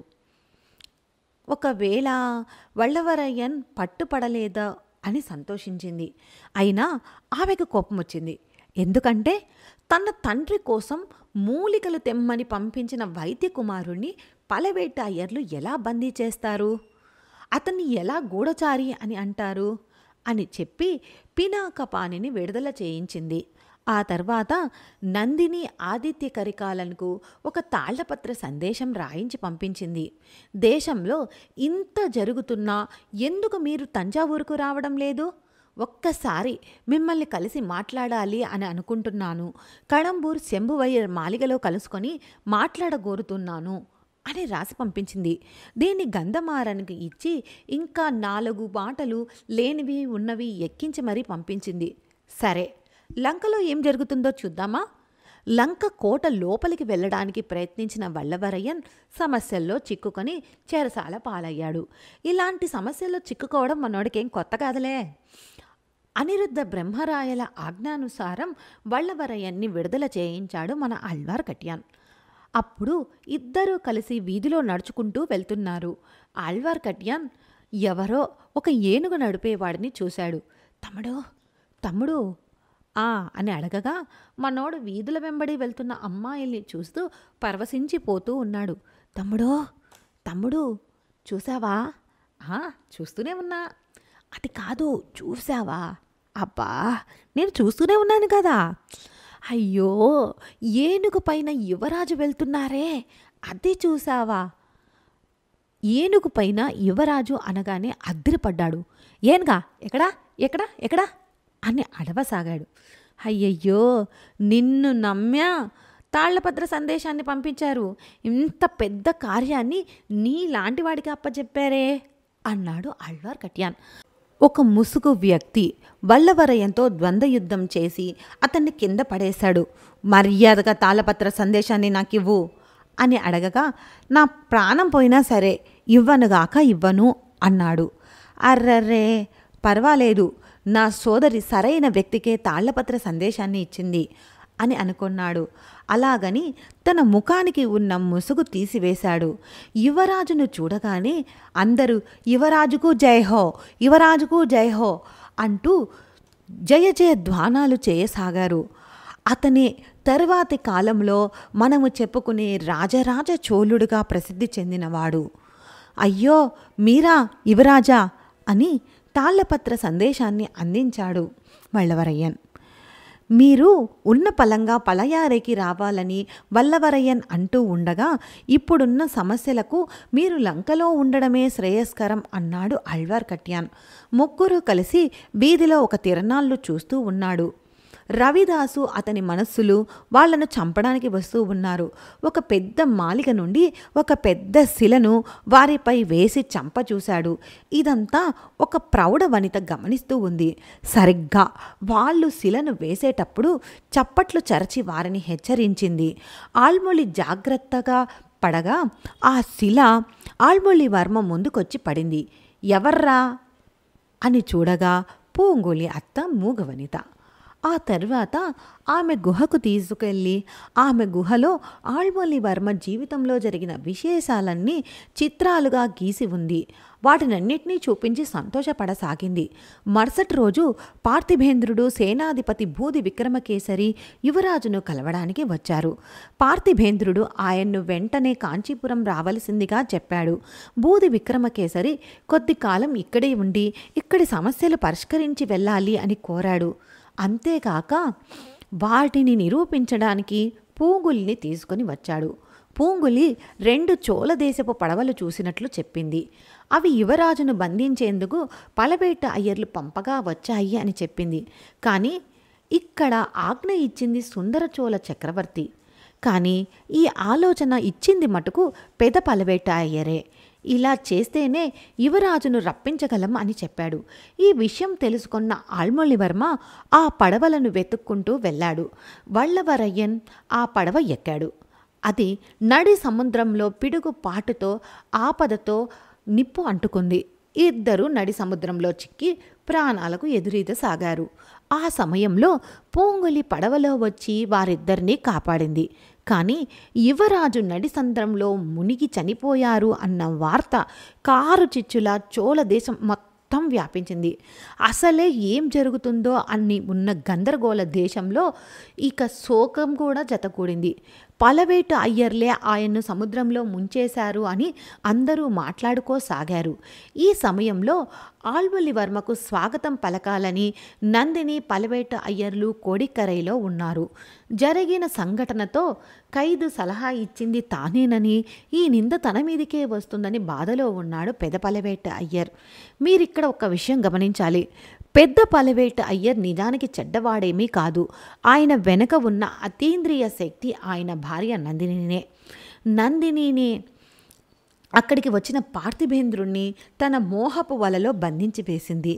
గంధమారన్ చెప్పినట్లే అతనికి ఆదిత్య కరికాలన్నీ శంభువయ్యర్ మాలికు పిలుచుకురమ్మని చెప్పింది. అంతేకాదు గంధమారన్ చెల్లిని ఆయనకిచ్చి వివాహం చేయాలని కూడా చెప్పింది. పూంగులి యువరాజును వల్లవరయ్యను రహస్యంగా కోడిక్కరై పిలుచుకువచ్చింది. అక్కడ పలవేట అయ్యర్ల మనుషుల్ని చూసి రహస్యంగా యువరాజును చూడమని విహారంలో క్షేమంగా చేర్చింది. యువరాజు ప్రాణాలతో ఉన్నాడు అన్న విషయం నందినికి కూడా తెలిసింది. ఆ తర్వాత కుందవైని వల్లవరయ్యన్ కలిశాడు. జరిగిన విశేషాలన్నీ చెప్పాడు. అప్పుడు కుందవీదేవి ఇంకొక పని అప్పచెప్పింది. నందిని ఏదో ఒక పెద్ద కుట్రకే తెరతీస్తుందని ఆమె సందేహించింది.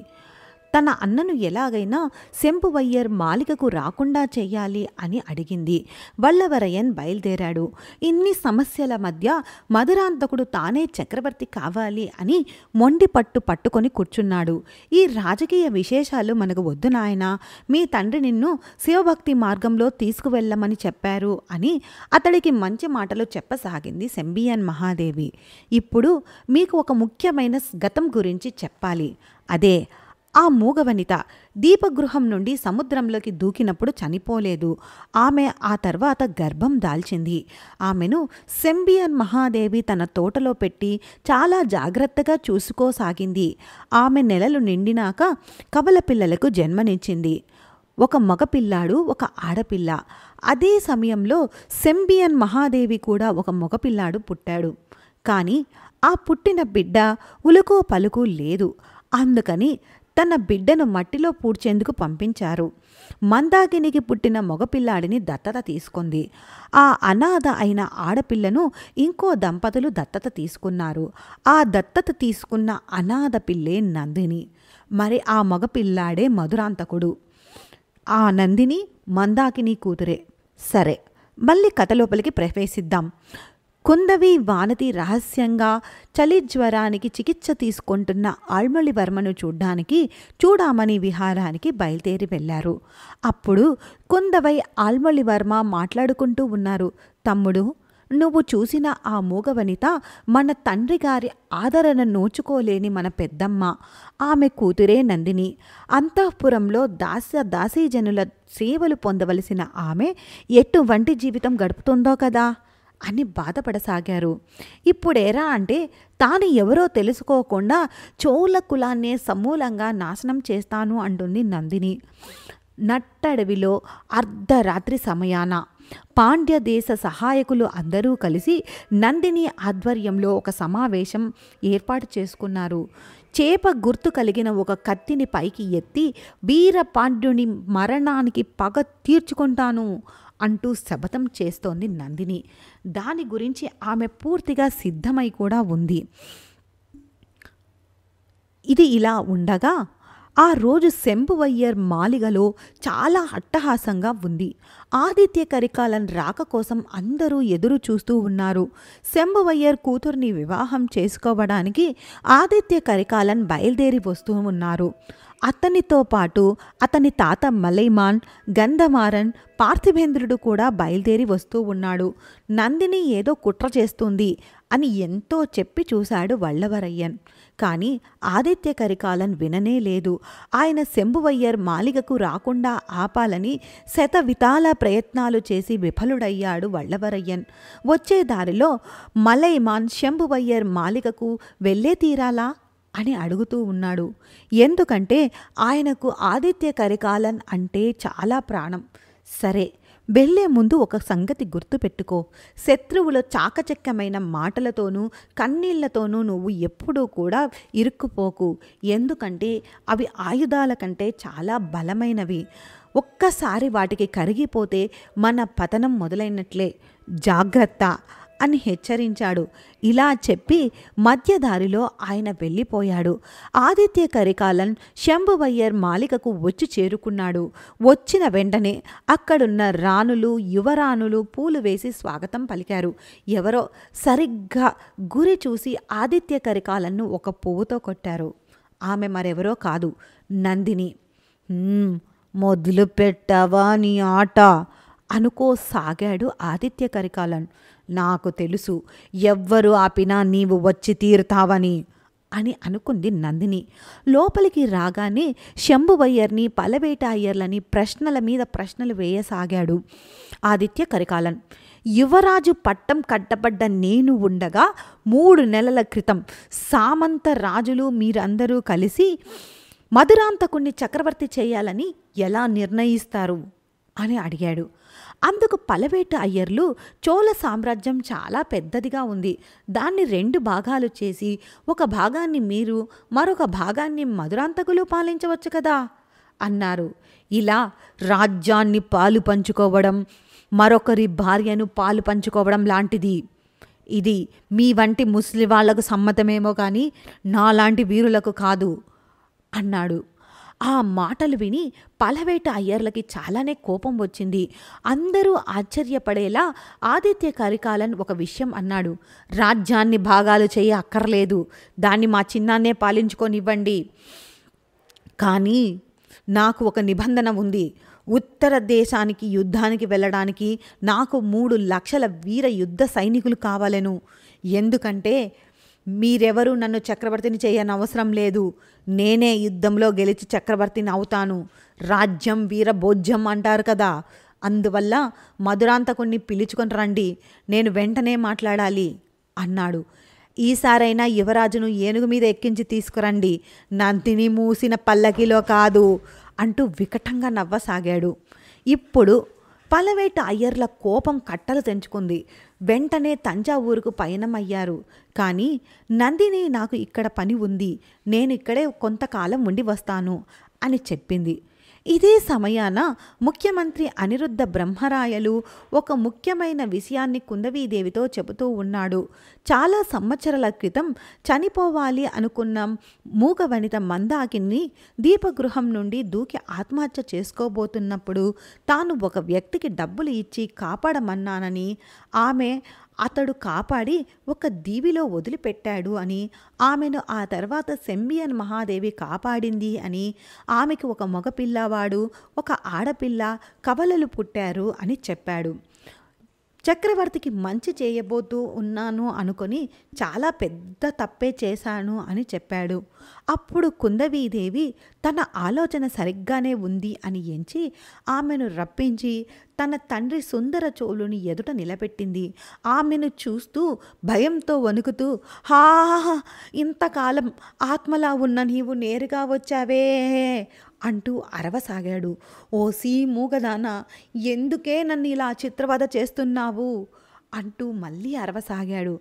మందాకిని కన్నీటి పర్యంతం అయ్యింది. అప్పుడు కుందవీదేవి ఎదురుగా వచ్చి, తండ్రి, ఆత్మ కాదు, ఈమె నా పెద్ద తల్లి, ఈమె చనిపోలేదు, బతికే ఉంది అని చెప్పింది. అప్పుడు సుందర చోళుడికి తెలిసి వచ్చింది తన ఎదురుగా నిలబడి ఉన్నది నిజమైన తన మాజీ ప్రియురాలే అని. ఆ తర్వాత ఆమెను రాణిలా అలంకరించి సుందర చోళుని వద్దకు తీసుకువచ్చారు. సుందర చోళుని మనసు ఇప్పుడు కుదుటపడింది. ఇంకో పక్క కడంబూరు నుండి పెదపలవేటు అయ్యర్ పడవలో తంజావూరు బయలుదేరారు. ఆ రోజు వీచిన గాలి తాకిడికి, అలల తాకిడికి ఎక్కడో తీరం చేరుకుంది పడవ. అక్కడ నిద్రించిన అతని కలలో దుర్గాదేవి వచ్చి, ఓరి, నీవు అంతఃపురానికి ఏరి కోరి తెచ్చిపెట్టుకున్నావే ఆ నందిని, అది ఒక రాక్షసి, నీ కులాన్ని, చోళ కులాన్ని సమూలంగా నాశనం చేయడానికే వచ్చింది. ముందు దాని సంగతి చూసి తర్వాత నీ పని చూసుకో అని హెచ్చరించింది. అప్పుడు ఆయనకు తెలిసి వచ్చింది. అప్పుడే పాండ్యనాడు ఆపత్కాల సహాయకులు ఇద్దరు మాట్లాడుకోవడం రహస్యంగా విన్నాడు పెదపలివేటు అయ్యర్. వాళ్ళందరూ కలిసి చోళ వంశాన్ని ఏ విధంగా నాశనం చేయబోతూ ఉన్నారు అన్నది చర్చించుకుంటూ ఉన్నారు. అప్పుడు తెలిసి వచ్చింది ఆయనకు నందిని కూడా వారితో చేరినదే అని. ఇన్నాళ్ళు నేను ఎంతలా మోసపోయానో, ఎలాగైనా సరే ఆ పాతకిని ఇప్పుడే చంపేస్తాను అని ఆవేశంలో బయలుదేరాడు. అయ్యయ్యో, చోళ సామ్రాజ్యానికి ఇన్ని సమస్యలా అని అనుకుంటున్నారా? ఇప్పుడే అన్ని సమస్యలు కలిసి మూకుమ్మడిగా రాబోతూ ఉన్నవి. ఆ కాలంలో ప్రజలు ధూమకేతువుపై చాలా విశ్వాసం కొని ఉన్నారు. ధూమకేతువు అంటే తోకచుక్క. అది కనిపిస్తే రాజ్యవంశానికి పెద్ద ఆపత్తు కలుగుతుందని ప్రజల విశ్వాసం. ఈ సమయంలో ధూమకేతువు ఆకాశంలో కనిపించింది.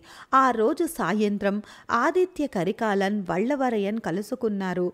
ఆదిత్య కరికాలన్ తోకచుక్కను చూసి, ఈ తోకచుక్క ఎవరిని బలి కోరుకుంటుంది? నేనా, లేక నా తండ్రా, లేక నా తమ్ముడా అని ఆలోచిస్తూ ఉన్నాడు. తమ్ముని ఆల్వలివర్మ జాతకం ఎంతో విశేషమైనదని ఎందరో జ్యోతిష్యులు చెప్పి కదా ఉన్నారు.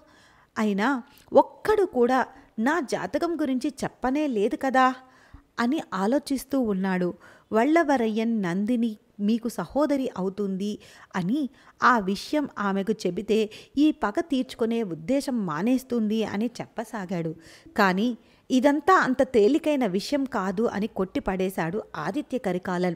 చోళ కులాన్ని కాపాడాలంటే ఒకటి నేను చావాలి, లేదా ఆమె చావాలి, లేదా మేమిద్దరం చావాలి అని కన్నీటి పర్యంతం అయ్యాడు ఆదిత్య కరికాలన్.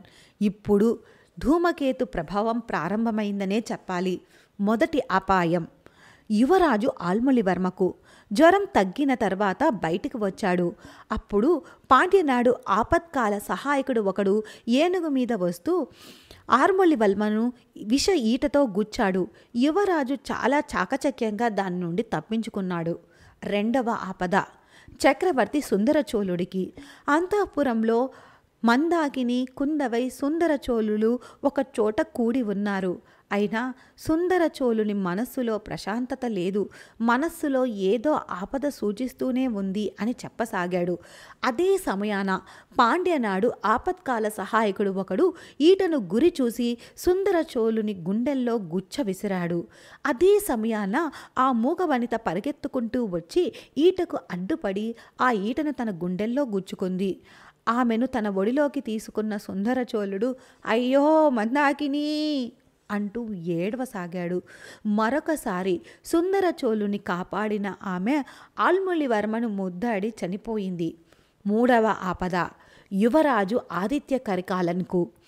కడంబూర్ మాలిగకు పాండ్యదేశ అనుచరులు రహస్యంగా వచ్చి చేరారు. ఈ సమయంలో వల్లవరయ్యన్ నందినిని కలుసుకున్నాడు. పాత కక్ష మనసులో పెట్టుకుని మీరు యువరాజును ఏమీ చెయ్యవద్దు అని ప్రాధేయపడసాగాడు. ఈరోజు నా శపథం నెరవేర్చుకొనే తీరుతాను. అలా జరగకపోతే నా ప్రాణాలను నేనే వదిలేస్తాను అంది కఠినంగా నందిని. ఆ తర్వాత వల్లవరయ్యన్ ఆదిత్య కరికాలన్ని సహోదరుడు, మీ సోదరుణ్ణి చంపిన నింద రావడం మీకు అంత ఇష్టమేనా? అది కాక నేను లంకలో మీ తల్లి అయిన ఆ మూగవనితను చూశాను. ఆమె చూడ్డానికి అచ్చం మీలాగే ఉంది. అందుకే మీ నీడను చూసి చక్రవర్తి సుందరచోళుడు భయపడుతూ ఉన్నాడు. ఇప్పుడు నందిని దుఃఖించసాగింది. నన్ను నా తల్లి దగ్గరికి తీసుకపో, ఆమె ఒడిలో పడుకొని ఏడ్చేస్తాను, ఈ పగ సాధింపు చర్యను విడిచిపెట్టేస్తాను అని ఇలా చెప్పి ఖడ్గం అతని చేతికి ఇచ్చేసింది. అది చేయి జారి కింద పడింది. ఈ లోపల యువరాజు ఆదిత్య కరికాలన్ లోపలికి ప్రవేశించాడు. వల్లవరయ్యన్ దాక్కున్నాడు. ఆవేశంలో ఉన్న ఆదిత్య కరికాలన్ నందిని ఖడ్గాన్ని అందించింది. ఇదిగో, నీవు ఏ కారణంతో ఇక్కడికి రమ్మన్నావో, ఏమి ఆశించి పలవేట అయ్యర్లని తంజావూరుకు పంపించావో, నీ ఆలోచన ఏమిటో అన్నీ నాకు తెలుసు అన్నాడు. అవును, నేను ఇక్కడికి వచ్చింది మాత్రం వీరపాండ్యుని మరణానికి పగ తీర్చుకోవడానికే. కానీ నా మనస్సు మిమ్మల్ని చంపేంత దృఢంగా లేదు. ఎందుకంటే నా మనస్సులో ఉండేది మీరే. ఆ కాలంలో మీరు నా మెడలో వలమాల వేస్తారని ఎన్నో కలలు కన్నాను. కానీ అది నెరవేరలేదు. కనీసం నా మెడలో ఈ కత్తినైనా దింపండి అని అన్నది నందిని. అయ్యో, నువ్వు నన్ను ఎందుకు ఇలా వేధిస్తూ ఉన్నావు? ఒకవేళ నిజంగా ప్రేమించావు అనుకుంటే నాతో రా, నేను ఈ రాజ్యాన్ని అన్నిటినీ వదిలేస్తాను అన్నాడు. దానికి నందిని అది జరగని పని అంది. ఓ, ఎందుకు జరగదు? ఒకవేళ అందరూ అంటున్నట్లు నీవు నాకు సోదరీ సంబంధం ఉంది అని నమ్ముతూ ఉన్నావా అని అడిగాడు. లేదయ్యా, లేదు, అదేం లేదు. మీకు నాకు రక్త సంబంధం లేనే లేదు. అయినా కూడా నేను అని అంది. ఎందుకంటే ఆ మూగవనితే నా తల్లి, కానీ నా తండ్రి ఎవరంటే అని మెల్లగా చెప్పింది నందిని. కానే కాదు, నువ్వు చెప్పింది అబద్ధం. అప్పుడు నందిని చెప్పిన విషయం జీర్ణించుకోలేకపోయాడు. అదే సమయాన నందినిని చంపడానికి పెదపలవేట అయ్యర్ రహస్యంగా లోపలికి రావడంతో వల్లవరయ్యన్ పీక నొక్కేశాడు. అంతే, వల్లవరయ్యన్ మైకం కమ్మి పడిపోయాడు. ఇదే సమయంలో పాండ్యనాడు ఆపత్కాల సహాయకులు లోనికి ప్రవేశించారు. ఇప్పుడు నందినిని చంపేందుకు దూరం నుండి పలవేట్టు అయ్యర్ ఒక కత్తిని విసిరాడు. అదే సమయాన అక్కడ వెలుగుతున్న కాకడా కూడా ఆరిపోయి మొత్తం చీకటిమయం అయ్యింది. అప్పుడు మలైమాన్ ఇంకా నా మనవడు రాలేదే అని పెద్ద పటాలంతో అక్కడికి వచ్చాడు. శంభు అయ్యర్ కోట వాకిలి విరక్కొట్టి, ఎక్కడా నా మనవడు ఎక్కడా అని గర్జించాడు. కాసేపటికి మైకం నుండి బయటికి వచ్చిన వల్లవరయ్యన్ ఏడ్చుకుంటూ ఎవరినో భుజాన వేసుకొని బయటికి వచ్చాడు. అది ఆదిత్య కరికాలనే. అనాథలా పడి ఉన్న యువరాజు శవాన్ని అలా వదిలేయలేక అలా తీసుకువస్తే అతన్ని చంపాడు అన్న నింద తనపైన పడుతుంది అని తెలిసి కూడా అతనిపై గల అమితమైన ప్రేమతో మోసుకొని వచ్చాడు వల్లవరయ్యన్. అయ్యో నా తండ్రి, నేను ఎంత వద్దని వారించినా ఇక్కడికి వచ్చావు కదరా అంటూ మలైమాన్ రోధించసాగాడు. కట్టలు తెంచుకున్న ఆవేశంతో తన వెంట వచ్చిన వీరులను శంభువయ్యర్ మాలిగను నేలమట్టం చేయమని ఆదేశించాడు. ఆ లోపల అదే నిప్పంటుకొని కాలిపోసాగింది. యువరాజు మరణించిన విషయం తెలిసి చోళ దేశం మొత్తం శోకసంద్రంలా మారిపోయింది. యువరాజును చంపింది వల్లవరయ్యన్ అని తలచి అతన్ని చెరసాలలో బంధించారు.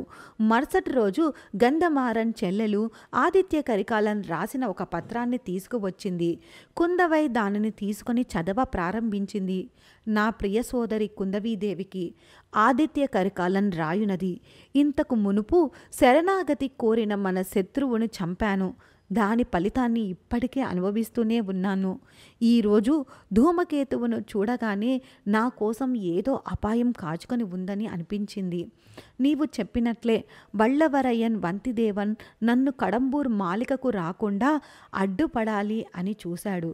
కానీ నాగుపాము చేత పగపడ్డ ప్రాణులు దాని నుండి తప్పించుకోలేవు అన్నట్లు నేను నందిని దగ్గరికి వెళ్తూ ఉన్నాను. నాకు ఏదైనా జరగరానిది జరిగితే అందుకు వల్లవరయ్యన్ ఎలాంటి బాధ్యుడు కాడు. నా విధే అందుకు బాధ్యత. నా తమ్ముడు ఆల్మలివర్మ అయినా ఈ చోళ సామ్రాజ్యాన్ని ఉన్నత స్థితికి తీసుకువెళ్తాడు అని నమ్ముతూ ఉన్నాను. ఇట్లు నీ అన్న ఆదిత్య కరికాలన్. అది చదివిన వెంటనే కుందవి కంటి వెంట నీరు ధారగా వస్తుంది. వెంటనే ఆల్మలివర్మ చెరలో ఉన్న వల్లవరయ్యన్ను విడుదల చేయడానికి బయలుదేరాడు. ఆలోపు వల్లవరయ్యన్తో పాటు ఒకడున్నాడండోయ్. వాడు చూడ్డానికి పిచ్చివాళ్లాగా ఉన్నాడు, కానీ పిచ్చివాడు కాడు. అతని పేరు కరుత్తిరమన్. ఈయన సాధారణమైన మనిషి అనుకుంటున్నారా? కానే కాదు, పరమ రహస్యాలు తెలిసిన వ్యక్తి. ఇంతకంటే ఏం రహస్యాలు ఉంటాయి అంటారా? ఉన్నవి. మూగ వనిత ఆత్మహత్య చేసుకున్నప్పుడు కాపాడిన వ్యక్తి ఈయనే. ఆమెను సెంబియన్ మహాదేవి తోటలో ఈమెను భద్రంగా ఉంచారు. అప్పుడు అదే సమయాన 3 పిల్లలు పుట్టారు. 2 నందిని, మధురాంతకులు. మరి సెంబియన్ మహాదేవికి పుట్టిన కుమారుడు మరణించాడు అని భావించాం కదా.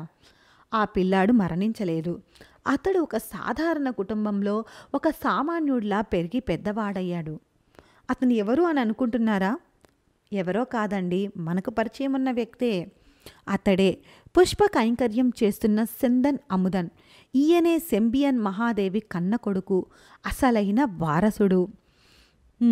మరుసటి రోజు తంజావూరు మాలిగలో రాజ్యసభ జరుగుతూ ఉంది. ఆ సభలో సుందర చోళ చక్రవర్తి, ఆర్మొళివర్మ, అనిరుద్ధ బ్రహ్మరాయలు, పేద పలవేటు అయ్యర్లు ఇలా అందరూ కొలువు తీరి ఉన్నారు. యువరాజును చంపింది ఎవరు అన్న విషయం ఇంకా తెలియరాలేదు. అది ఎవరా అన్న వివాదం ఇంకా కొనసాగుతూనే ఉంది.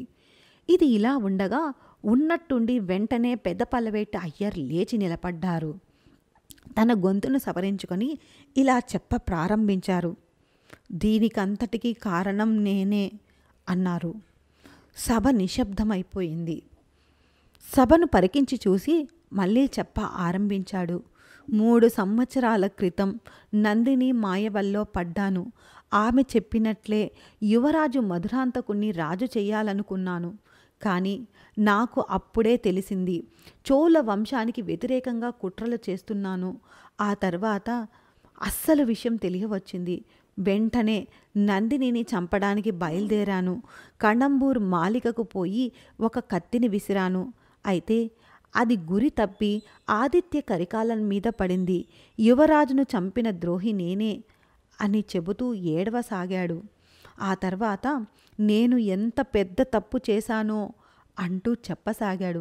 నేను యువరాజు చెయ్యాలనుకున్న మధురాంతకుడు సెంబియన్ మహాదేవి కొడుకు కానే కాడు. ఆ మాట వింటూనే సభికులందరూ ఉలిక్కిపాటుతో చూస్తూ నిలబడిపోయారు. అతడు చోళుడే కాడు, అతడు వీరపాండ్యుని కొడుకు, మన శత్రువు కొడుకు అని చెప్పాడు. ఎవరికి ఏమీ అర్థం కాలేదు. కొయ్యబారి వింటూ ఉన్నారు. అసలేం జరిగిందంటే ఆ మూగ వనితను కాపాడిన కరుత్తిరమన్ ఆమెను పడవలో లంకకు తీసుకువెళ్తూ ఉన్నాడు. ఎవరో యుద్ధ గాయాలతో సముద్రంలో కొట్టుమిట్టాడుతూ ఉండడం చూశారు. అతడు ఎవరో కాదు, వీరపాండ్యుడు. అతన్ని కాపాడి ఇద్దరినీ పడవలో ఎక్కించుకొని లంకలో ఒక దీవిలో వదిలిపెట్టి వెళ్ళాడు. ఆ తర్వాత మందాకిని గర్భం దాల్చింది. ఆ తర్వాత ఆమెను కలుసుకున్న సెంబియన్ మహాదేవి ఆమెను తోటకు తీసుకువెళ్లారు. అక్కడ ఆమె కవల పిల్లలకు జన్మనిచ్చారు. కాబట్టే మధురాంతకుడు వీరపాండ్యుని కొడుకు. అంతేకాదు, నందిని కూడా వీరపాండ్యునికి పుట్టినది. అందుకే తన తండ్రి హత్యకు పగ తీర్చుకోవడానికి పలవేటు అయ్యర్ ద్వారా పెద్ద కుట్ర చేసి పాండ్యుని వారసుణ్ణి సింహాసనం ఎక్కించ చూసింది అని చెప్పి ముగించి ఆయనే ఒక కత్తితో తన గుండెల్లో తానే పొడుచుకున్నాడు. ఇప్పుడు మరణశయ్య పైన ఉన్నాడు. అప్పుడు నేను చనిపోయే లోపల ఎవరికైనా నిజం చెప్పి తీరాలి అని అనుకున్నాడు. అతను ఆళ్వార్ కట్టియాన్ దగ్గరకు పిలిచి విషయాన్ని చెప్పాడు. కడంబూరు మాలిగలో ఆయన విసిరిన కత్తి ఆదిత్య కరికాలన్ మీద పడలేదు. అంతకు ముందే ఆయన చంపబడి ఉన్నారు అని చెప్పాడు. ఆయన చంపింది ఎవరు అన్న విషయం ఆయనకు కూడా తెలియదు. అయినా తన మీద నింద వేసుకోవడానికి కారణం వల్లవరయ్యన్ పైన ఆ నింద రాకూడదు అని. ఎందుకంటే అతడు చాలా మంచివాడు. అతనికి చోళ వంశం ఎంతో రుణపడి ఉంది. అందుకే నేను నా మీద నింద వేసుకున్నాను అని చెప్పాడు. ఆ తర్వాత ఆ మహావీరుడు పలవేట అయ్యర్ కన్ను మూశాడు. కొన్ని నెలల తర్వాత చోళ దేశంలో ఒక మంచి విషయం జరగబోతూ ఉంది. యువరాజు ఆల్మొలివర్మకు చక్రవర్తిగా పట్టాభిషేకం జరపబోతూ ఉన్నారు. అంతఃపురంలో ప్రజలు తండోపతండాలుగా గుమికూడి ఉన్నారు. ఎక్కడ చూసినా ఆనందం, సంతోషం. యువరాజు ఆల్మొలివర్మ విచ్చేశారు. ఆయనతో పాటే వల్లవరయ్యన్ కూడా వచ్చారు. అందరూ పట్టాభిషేక మండపంలో ఆసీనులై ఉన్నారు. అప్పుడు యువరాజు ఆల్మొలివర్మ ఇలా చెప్ప ప్రారంభించారు. ఎల్లవేళలా నా కుల గౌరవాన్ని నిలబెడతాను అని అన్నాడు. అక్కడ గుమికూడి ఉన్న జనం వీరవేల్ వెట్రివేల్, వీరవేల్ వెట్రివేల్ అని నినదించసాగాడు. అప్పుడు అందరూ ఆశ్చర్యపడేలా ఒక విషయం చెప్పాడు ఆల్మొలి. ఇప్పుడు నేను చక్రవర్తి కావడానికి అంత గొప్ప కార్యాలేవి నేను చెయ్యలేదు. కాబట్టి నా పినతండ్రికి ఈ మణిమకుటం చేరడమే ధర్మం అని మణిమకుటాన్ని ఇప్పుడు యువరాజు అయిన సెందన్ అముదన్ నెత్తిన పెట్టాడు. సెంబియన్ మహాదేవి నిజమైన పుత్రుడికి పట్టం కట్టాడు. ఆహా, ఈ మనస్సు ఎంతమందికి వస్తుంది? పొనియన్ సెల్వన్, పొనియన్ సెల్వనే అంటూ కొనియాడారు. సెందన్ అముదనికి ఉత్తమ చోళుడు అని నామకరణం చేసి ఉత్తమ చోళుడు వాల్గా వాల్గా అని ఘోషించారు. ఎన్నో కుట్రలు, మరి ఎన్నో అపాయాలు, వీటన్నిటినీ దాటి కథ సుఖాంతమయ్యింది. కానీ మీలో ఇంకా కొన్ని ప్రశ్నలు ఉండవచ్చు. ఆదిత్య కరికాలన్ని చంపింది ఎవరు? పొన్నియిన్ సెల్వన్ ఎప్పుడు రాజయ్యాడు? తమిళనాడుకు ఈయన ఏమైనా చేశాడా అని. చేశాడండోయ్, చేశాడు. చాలానే చేశాడు. మరి వాటినన్నిటినీ తెలుసుకోవాలని ఉందా? మన ఛానల్లో ఇంకా ఇలాంటి విశేషాలు ఎన్నిటినో. కుందవీ దేవికి వల్లవరయ్యన్కు వివాహం జరిగిందా? వానతికి ఆల్మొలివర్మకు వివాహం జరిగిందా? ఇలాంటి ఎన్నెన్నో విషయాలు మీకోసం తెలియజేస్తూ ఉన్నాము. ఇక ముందు కూడా దీనికి సంబంధించిన కథ విశదంగా మన ఛానల్లో మీరు చూడవచ్చు. ధన్యవాదాలు.